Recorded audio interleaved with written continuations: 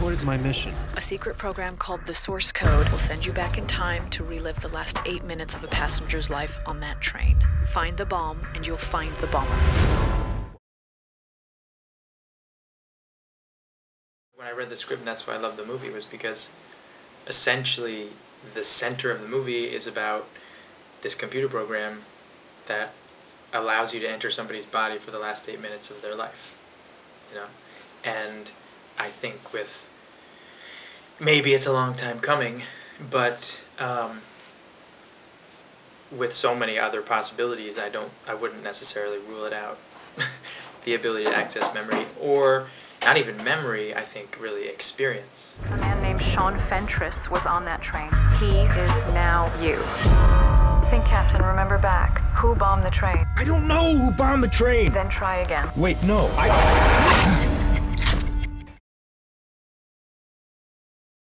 Particularly with my job, it's more about, like, what would be the emotional effects of something like this, and, like, what would it be like if I found myself there, and if I had the background in the Army and in flying helicopters and happened to be a pilot and was put in the situation, how would I respond?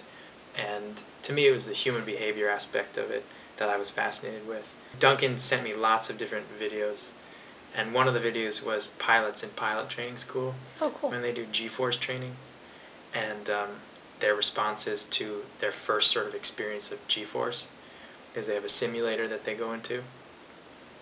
It's actually relatively funny because a lot of them lose consciousness because and then come to and don't know what happened, and that's what I was into. I was like, this is a similar experience. You know, when he wakes up at first, and I don't know if it's in the final version of the movie, but we did say the first time, did I A-lock, which is a common response when you lose consciousness when you go into G-force and then you lose consciousness. So it was, he comes to and he's like, whoa, am I just tripping out? Like, did I A-lock? Did my helicopter go down? And then it's like, nope, you're on a train sitting next to a woman who's saying she knows you, but you have no idea who she is, and you're in somebody else's body. Welcome back, Captain Stevens. Where am I? You are inside the source code. What is the source code? Look, I can see that you think you know me, but I don't know who you are. My name is Captain Coulter Stevens. You gotta freaking me out. Duncan was like top of the wish. It was a wish list, you know. I had seen Moon. Duncan and I had met because I loved the movie, and we had sort of a general meeting saying like, oh, I love what you do, and I love what you do. He was writing another movie that he was interested in me playing a part for, and so we just had a general thing. And then the script kind of came along, and we were looking for somebody, and I just thought, there are very few people in young filmmakers in this world very clearly have a voice, you know, are not like, whatever he's deriving his voice from is sort of indecipherable. Like, it's his own voice, it's his own mind. It's, you know, I saw his Twitter feed the other day, and he had like a photograph of him as a kid, you know, with a Super 8 camera, a photograph of him like videotaping thing. You know, he was making movies since he was a very young kid and exploring this world of isolation. And this is a movie about somebody isolated in a situation and trying to figure out what's happening and where they are and why they're there. And there's no better filmmaker, I think, today, you know, doing that than Duncan. I'm sorry, what aren't you telling me here? We have information that downtown Chicago is the next target. And they're planning to detonate a dirty bomb. Do you have any idea how many people would die if an explosion of that magnitude were to occur in the city? We're evacuating as we speak.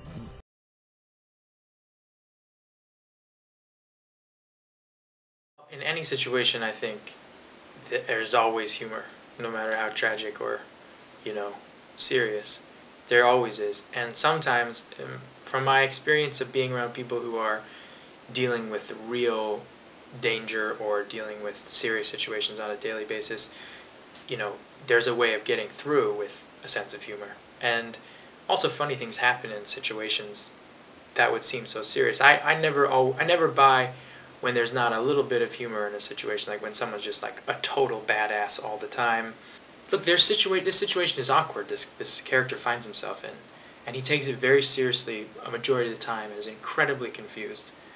But ultimately, sometimes the interactions are so weird that there are these wonderful openings for humor that if you don't take them, it's just not fun to watch. Like, you know, the scene when he chases after this one guy that he thinks is the bomber in the source code. I think it's like the 4th or 5th source code.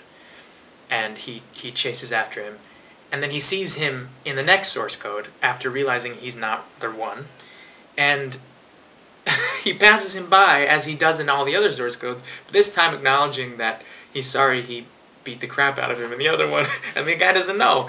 And it's just such a great opportunity for humor. And Duncan was game for that. And I think it's also who I am. I don't like to take myself too seriously all the time, though I do take what I do seriously, but he just went along with that in my personality, and I think that's a sign of a great director, is kind of finding where your actors feel most comfortable, because you're going to get, I think, the most confident performance out of them as a result.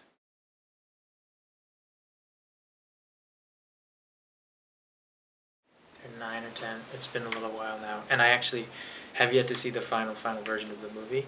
So there were, in the original screenplay before Duncan came on, there were a few more, and one of the great things that Duncan did was simplify the story. It's a very clear story, which I think is rare, which for a science fiction movie, where you have so many possibilities that you tend to get mired in all those possibilities, and he was like, this is what we're doing.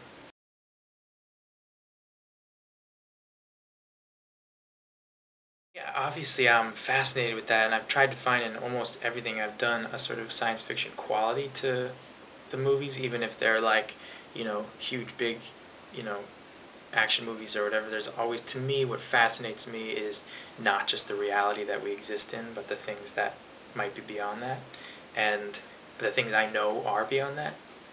I'm just pretty much sure of it. So, you know, I think movies are an incredibly important medium that allow you to explore that, and they're very rarely, you don't have other mediums to do that with like you do in movies. And so yeah, I think no matter what I do, even if it's like a small family drama, I'm always looking at it like it might be a little sci-fi.